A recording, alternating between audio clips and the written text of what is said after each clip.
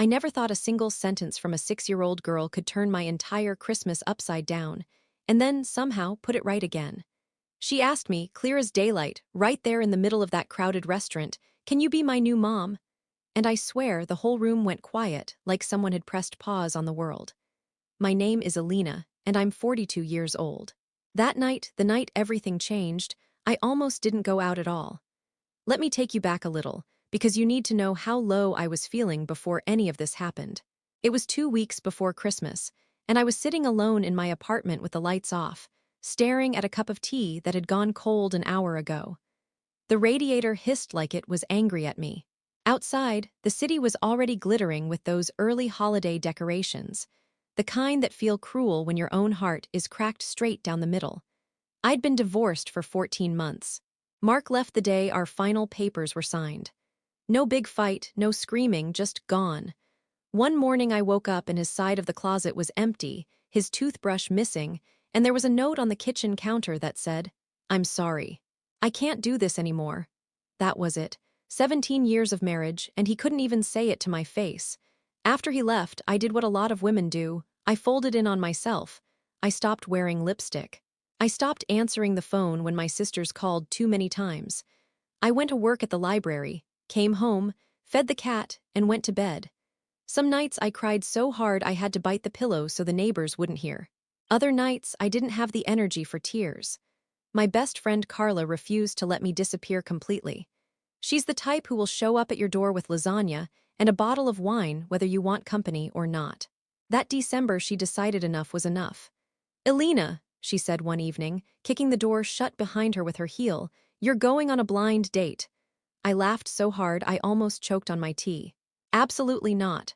It's one dinner, one, I know the guy. His name is David. He's kind, he's handsome, he's been through his own mess. And it's 2 days before Christmas, so everywhere will be pretty and full of lights. Worst case, you get a free meal and come home." I told her no about 17 times. She ignored every single one. The restaurant she picked was this little Italian place downtown, the kind with red-checkered tablecloths and candles stuck in old wine bottles.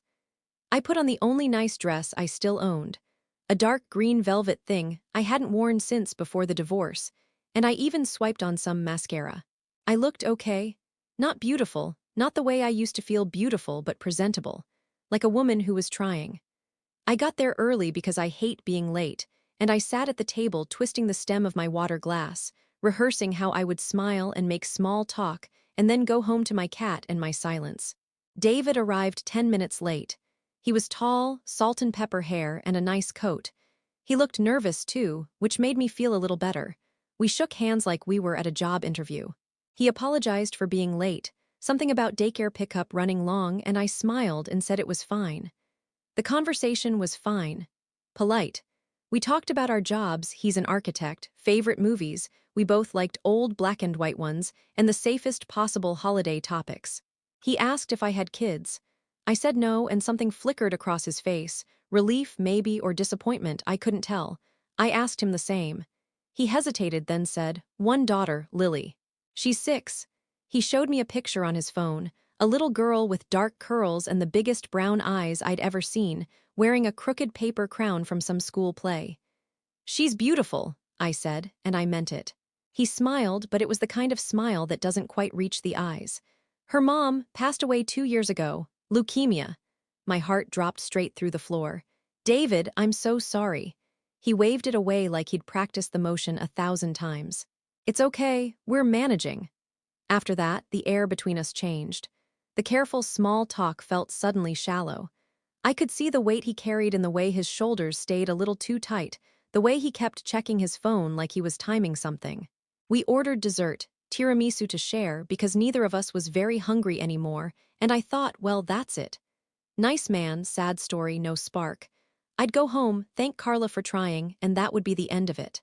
Then the door to the restaurant opened, letting in a gust of cold air and the sound of jingle bells from the street. A tiny girl in a red coat and white mittens came running straight toward our table, boots clomping, curls bouncing. Behind her, an older woman, maybe the babysitter, was hurrying to keep up, looking flustered. "Daddy!" the little girl shouted and launched herself at David's knees. He caught her instantly, surprise all over his face. Lily. Honey, what are you doing here? The babysitter reached us, breathless. I'm so sorry, Mr. Harrison. She saw the Christmas lights from the car window and started crying that she wanted her daddy. I couldn't calm her down. I thought maybe just 5 minutes. David looked at me, apology written all over him.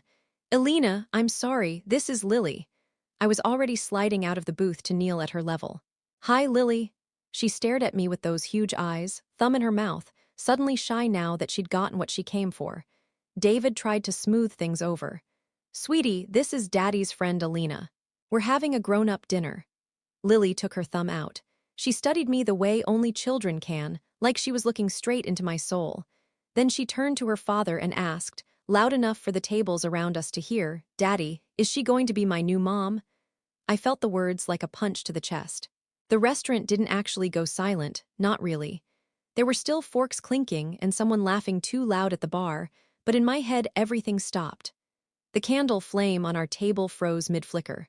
My breath caught somewhere between my ribs. David's face went scarlet. He scooped Lily up so fast her mitten flew off and landed in the bread basket. Lily, no, honey, that's not. He was stammering, trying to laugh it away, but his voice cracked like thin ice. Alina is just a friend, we just met tonight. Lily's bottom lip wobbled. She looked from her father to me, then back again, as if we were the ones being unreasonable. But she's pretty, she said, like that settled everything. And she smiled at me like Mom used to. I felt tears prick hot behind my eyes. I don't know how I kept them from falling. Maybe because I'd spent the last year learning how to swallow pain in public. The babysitter, Mrs. Delgado, I learned later reached for Lily's hand. Come on, Mija, let's get you home. You wanted to see the big tree in the square, remember? Lily buried her face in David's neck and held on tighter. I don't want to go, I want to stay with Daddy and the nice lady. I found my voice somehow. It came out softer than I expected. It's okay, I said, touching the sleeve of her little red coat. You can stay for a minute. I don't mind. David looked at me like I just offered him oxygen after drowning. Mrs. Delgado hesitated, then gave a small nod and stepped back toward the hostess stand to wait. David slid back into the booth with Lily on his lap. She kept one arm locked around his neck and stared at me with solemn curiosity. I smiled at her, the kind of smile that takes effort when your heart is doing somersaults. Hi again, Lily. Hi, she whispered. Then louder, do you like Christmas? I love Christmas, I told her. It used to be my favorite. It used to be mine too, she said, and the used to from a 6-year-old broke something open inside me. David rubbed her back in slow circles. Lily's been having a hard time with the holidays this year, he said quietly. First Christmas without her mom. I nodded. I understood hard holidays. I was living alone. The waiter came by, saw the child, and wisely decided to leave the check and disappear. Lily wiggled down from her father's lap and climbed, without asking, onto the booth bench right beside me. She smelled like baby shampoo and cold air and the faint sweetness of candy cane. She reached for my hand, turned it palm up, and started tracing the lines with her tiny finger like she was reading my future. You have a long lifeline, she announced. That means you get to be happy for a long time. I laughed, a real laugh that surprised all three of us. David watched us, something wary and hopeful fighting in his eyes. Lily leaned in and whispered, loud enough for her father to hear anyway. Daddy said he was going to find someone nice. He said God would send her when we weren't looking. Are you the one God sent? David closed his eyes like he wanted the floor to swallow him. Lily, sweetheart, I squeezed her little hand gently.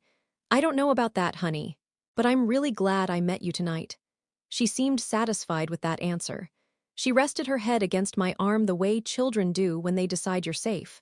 We sat like that for maybe 10 minutes. That felt like a lifetime. David paid the bill without looking at it. Mrs. Delgado came back, and Lily finally agreed to leave only after I promised, that I would come see their Christmas tree sometime. David walked me to my car. The snow had started, soft fat flakes that melted the second they touched your skin.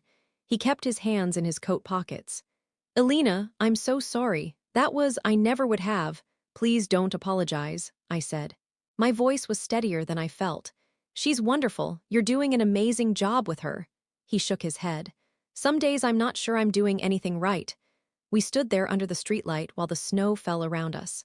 I could see Lily watching from the back seat of Mrs. Delgado's car, her face pressed to the window. I should go, I said. He nodded. Then quietly, would you maybe want to have coffee? When there isn't a 6-year-old ambush involved? I looked at him. At this man who carried grief like a second coat, who had probably been set up on a dozen well-meaning blind dates and smiled politely through everyone, and I felt something shift inside my chest. Something small but alive. Yes, I said, I'd like that. He smiled then, a real one, tired and hopeful and beautiful. I drove home through the snow with the radio off, replaying Lily's question in my head like a song I couldn't shake. Can you be my new mom? I told myself not to be ridiculous. I'd known them for 90 minutes. I was still raw from my own divorce. I had no business thinking about a heartbroken little girl and her gentle-eyed father. But when I got home and hung up my coat, I caught my reflection in the hallway mirror. My cheeks were flushed. My eyes were bright. For the first time in over a year, I looked awake. I went to bed that night with Lily's mitten. David had texted an hour later asking if I'd found it in the booth. I had curled in my hand like a talisman. And somewhere in the dark, I whispered to the empty room, Lord, I wasn't looking. You know I wasn't. The days after that dinner passed in a blur of quiet wonder. David texted the next morning, just a simple photo of Lily hanging a paper angel on their tree, with the words, she insisted you see this one. She says it's for you. I stared at the picture so long my phone screen went dark. I saved it before I replied, thank you. It's beautiful. Coffee happened 3 days later, on a Saturday when the city smelled like pine and cinnamon. We met at a little place near the library where I work. David was already there when I arrived, standing at the counter trying to convince Lily that hot chocolate with extra whipped cream was a sometimes food, not an everyday at 10 food. She was losing the battle beautifully, lower lip trembling, eyes huge. When she spotted me, she forgot the hot chocolate entirely and ran straight into my legs. Elena, you came. David's face did that thing again, half apology, half gratitude. I hope it's okay. Mrs. Delgado had a family emergency. I couldn't find another sitter on short notice. I crouched down. It's more than okay. We ended up spending the whole morning together. We walked through the holiday market, Lily between us holding both our hands. She wanted to see every booth twice. She made me smell every candle, taste every sample of fudge, and when the carousel came into view, she tugged us toward it like she'd been planning this for weeks. David tried to pay for my ticket. I beat him to it. He looked like he wanted to argue, then didn't. On the ride, Lily sat on the painted horse in front of us, waving like royalty every time she came around. David and I stood on the platform, hands brushing the brass pole between us. I feel like I ambushed you again, he said quietly. You didn't, I told him. I'm exactly where I want to be right now. He looked at me then, really looked, and I saw the question he was too careful to ask. I answered it anyway. I like her, I said. And I like you, and I'm not scared off that easily. Something loosened in his shoulders. After the carousel, Lily declared she was starving, so we bought roasted chestnuts and sat on a bench watching skaters glide under strings of white lights. Lily leaned against me, sleepy and sticky with sugar. David took a picture when he thought I wasn't looking, me brushing curls from her face while she yawned. That night he texted the photo. Underneath he wrote, she asked if we can keep you. I stared at those 6 words until they blurred. Christmas Eve came faster than I expected. David invited me to their house for dinner, just the 3 of us, he said. Nothing fancy. Lily had begged.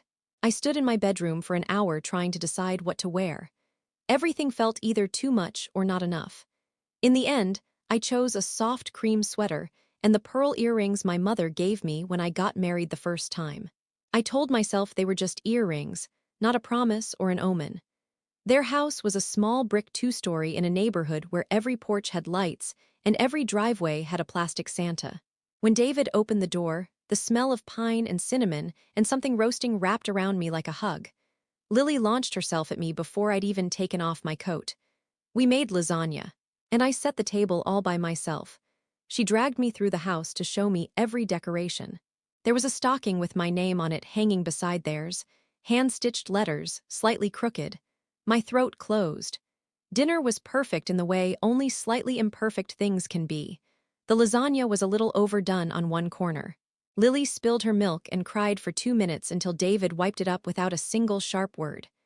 We listened to old Nat King Cole Christmas songs, and Lily fell asleep on the couch halfway through Oh Holy Night, her head in my lap, my fingers combing through her curls without me even thinking about it. David carried her to bed. I stood in the hallway not sure where to put myself. When he came back down, he looked at me standing there holding 2 mugs of cocoa like I was afraid to sit. "You okay?" he asked softly. I nodded, then shook my head, then laughed at myself. "I don't know what I'm doing." He took the mugs, set them down, and took my hands. "Me neither, but I know I don't want you to leave yet." We ended up on the couch under the glow of the tree. He told me about Sarah, his wife, how fast the cancer came, how he still reached for her in bed some nights and panicked when his hand found empty space, how guilty he felt for laughing again. I told him about Mark leaving with nothing but a note, how I'd stopped believing I was the kind of woman someone stays for. He brushed a tear off my cheek with his thumb. "I'm not going anywhere," he said.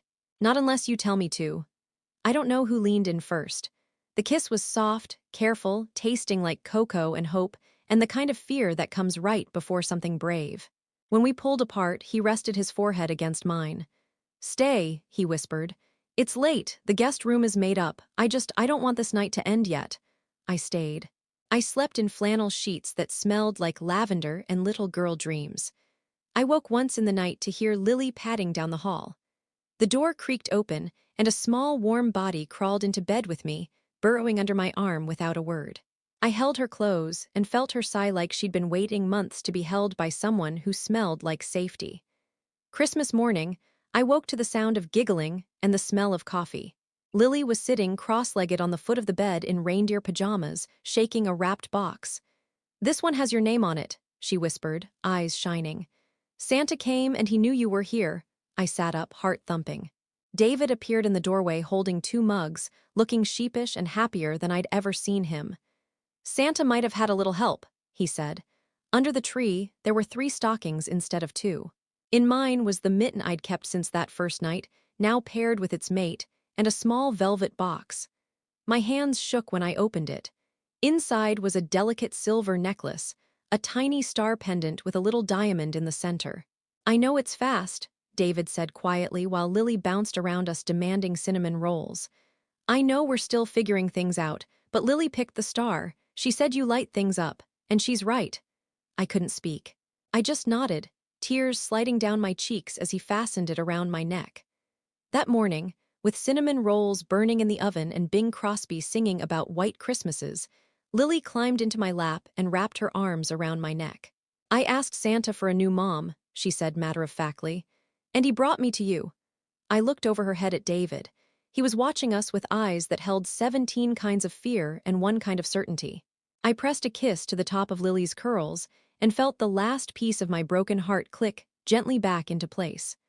The months after that Christmas didn't feel like a fairy tale. They felt like waking up slowly after a very long sleep. January brought snowstorms and school closures, and the ordinary chaos of a 6-year-old who now called my apartment Alina's house, and my couch my other bed. David and I never sat down and decided I was moving in. It just happened 1 drawer at a time, 1 extra toothbrush, 1 weekend bag that never made it back to my place. Lily started calling me Lanabug because she said I gave the best goodnight hugs that made the dark feel less scary. I let her. The first time she said it, I had to turn away and pretend I was chopping onions so she wouldn't see me cry. We were careful.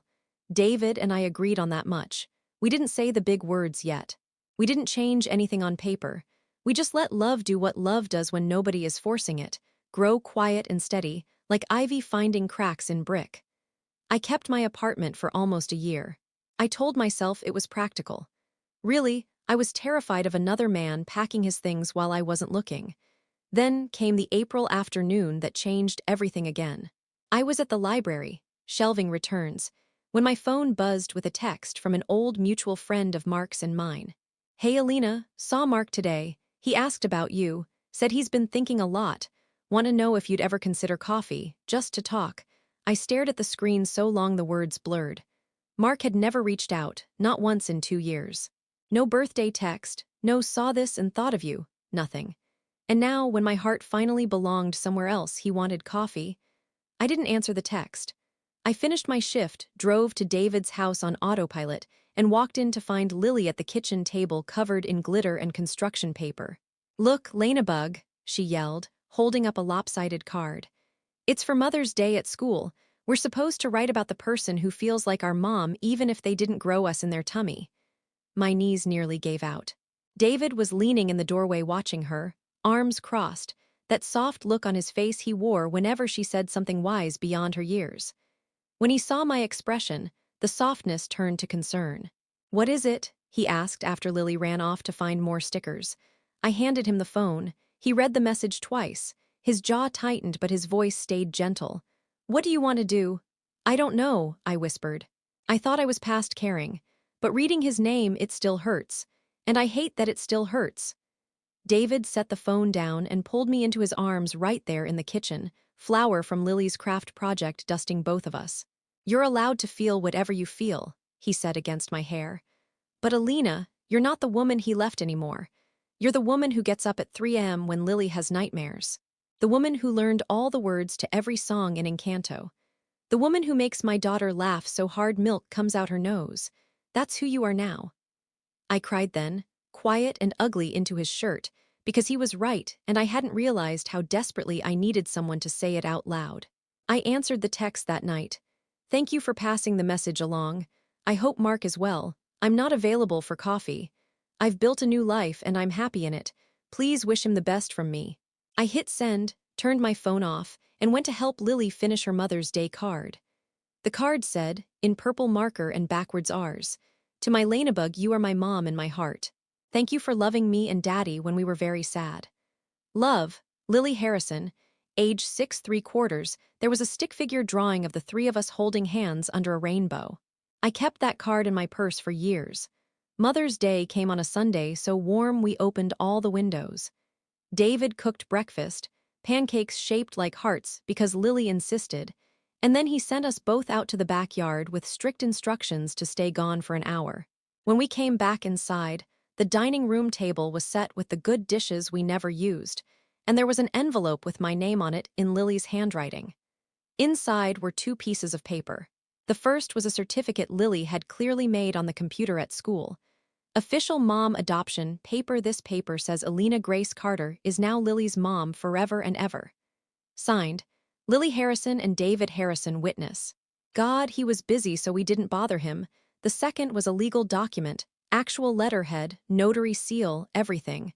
Petition to adopt a minor child. David had already signed it. There was a blank line waiting for me. I looked up at him, tears already falling. "I talked to a lawyer months ago," he said quietly. "Everything is ready whenever you are, no pressure, no rush, but Lily and we don't want to borrow you anymore. We want you to be ours. Legally, permanently, if you'll have us." Lily was bouncing on her toes. "Say yes, say yes, say yes." I couldn't speak. I just nodded over and over until David laughed through his own tears and pulled us both into his arms. We filed the papers the next week. The judge, a kind-eyed woman who clearly saw a lot of broken things in her courtroom, smiled when Lily stood on the chair and announced, "This is the best day of my whole life." 6 months later, on a golden October afternoon, I stood in our backyard under the same maple tree that had shaded Lily's swing set and said, "I do," for the second time in my life. This time the groom cried when he saw me walking toward him in a simple lace dress the color of cream. This time my 6-year-old, now 7, walked in front of me, scattering petals and grinning like she'd planned the whole thing, which, in a way, she had. We didn't have a big wedding. Just family, a few friends, and Mrs. Delgado who sobbed through the whole ceremony because that baby girl finally got her mama. At the reception, Lily pulled me onto the little patch of grass we called a dance floor and made me slow dance with her to Edelweiss because it was her mom's favorite. Halfway through, she laid her head on my shoulder and whispered, "I knew you were coming. I prayed every night. God just took a little longer than I wanted." I kissed the top of her head and felt every empty place inside me overflow. That night, after she was asleep, David and I stood in the kitchen washing the last of the dishes in companionable silence. He handed me a towel to dry my hands, then pulled something from his pocket, the little silver star necklace from our first Christmas together. The clasp had broken months ago. I thought I'd lost it forever. "I had it fixed," he said, I want you to wear it when you sign the final adoption decree next week. So you remember where all this started. I turned so he could fasten it around my neck. The star settled right against my heart, cool and familiar and perfect. David, I said, my voice thick, I spent so long thinking love meant someone choosing to stay. I didn't realize sometimes it means choosing to start again, with people who never make you beg to be kept. He kissed me then, slow and reverent, like he was sealing a promise neither of us ever intended to break. And somewhere upstairs, our daughter slept peacefully, dreaming little girl dreams under a ceiling painted with glow-in-the-dark stars, safe in the knowledge that the mother she asked for on a Christmas night 2 years earlier was finally, officially, forever hers. The years that followed were not perfect. Anyone who tells you love heals everything all at once is selling something. There were nights when Lily woke screaming from dreams about the mother she could barely remember, and I held her while she cried for a woman whose face she only knew from photographs. I learned to say, "It's okay to miss her. I'm not trying to replace her. I'm just here to love you too." Some nights she let me hold her until she fell asleep again. Other nights she pushed me away and wanted only her daddy. Those nights I sat on the hallway floor outside her door and let the tears come, because love sometimes means sitting in the dark so someone else can have the light. There were harder moments still. When Lily was 9, Sarah's mother, her biological grandmother, reached out for the first time in years. She wanted visits. She wanted weekends. She wanted, she said through her lawyer, what was rightfully hers. She had stayed away while David was grieving and unstable, but now that he had remarried and things were stable, she felt it was time. The papers came the week before Christmas, because some wounds like to reopen on holidays. David sat at the kitchen table, staring at the documents like they were written in another language. Lily was at a friend's house. I made tea and neither of us drank. "She has no legal ground," I said quietly. "You were appointed sole guardian. Sarah wanted it that way." "I know," he whispered. "But blood courts sometimes listen to blood." I felt the old fear crawl up my spine, the fear that something I loved could still be taken because I hadn't grown it inside my body, hadn't signed the first birth certificate. David looked at me then, really looked, and saw it all over my face. "Alina," he said, taking my hands across the table, "listen to me. You are her mother, in every way that has ever mattered to her, to me, to the world. If this goes to court, we fight, together, and we win, because love isn't just blood. Sometimes love is the person who stays." We hired the best family lawyer we could afford. We went to mediation. We let Lily speak to the judge in chambers, because at 9 she was old enough to have a voice. She came out holding the judge's hand, eyes red but chin high.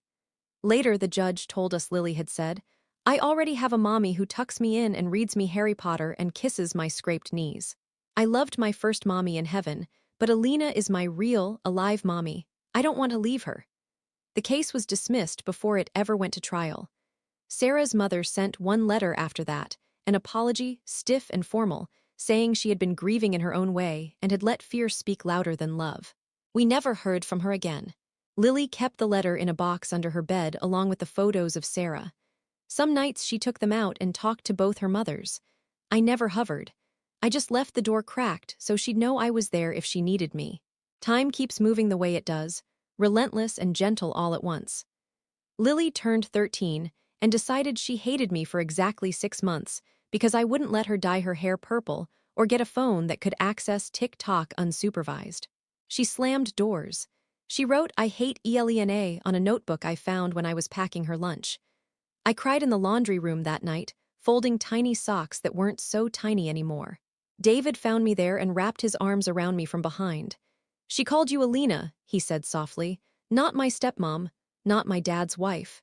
She's mad at her mom, and you're safe enough to be mad at. That's a gift, sweetheart. It means she knows you're not leaving." He was right.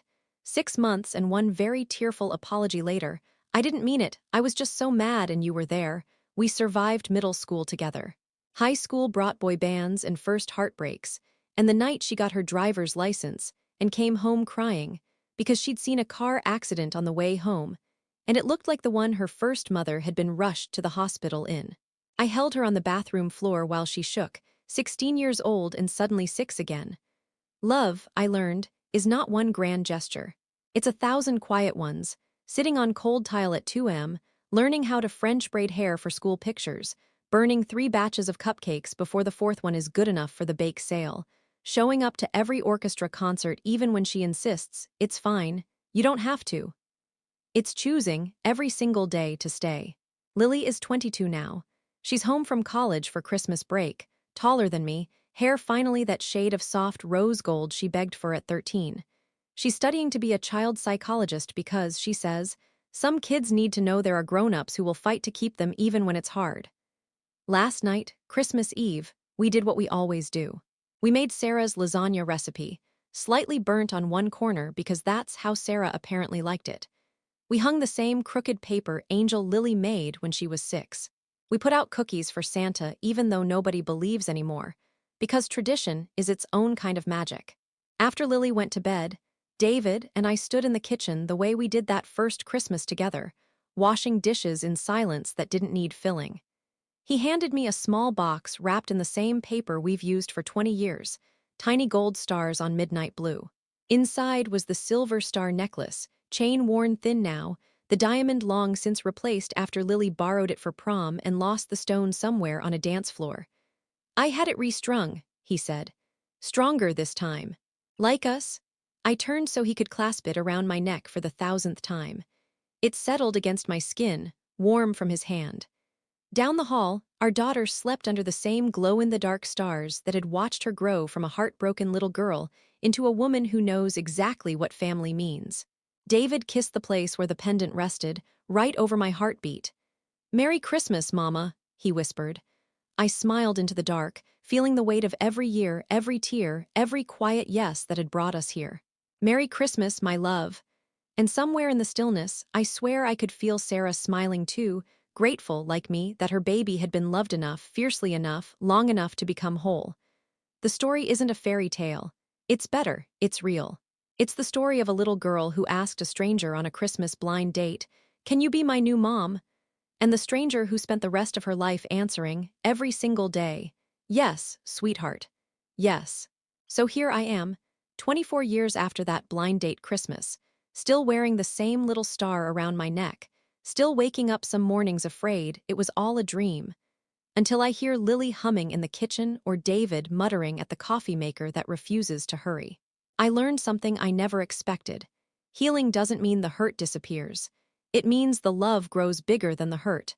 Some nights I still ache for the children I never carried, and some nights Lily still cries for the mother who carried her. We just make room for both truths at the same table. Family, I've come to believe, isn't only the people who share your blood. Sometimes it's the ones who choose you when they don't have to, who stay when it's hard, who love you on the days you're impossible to love.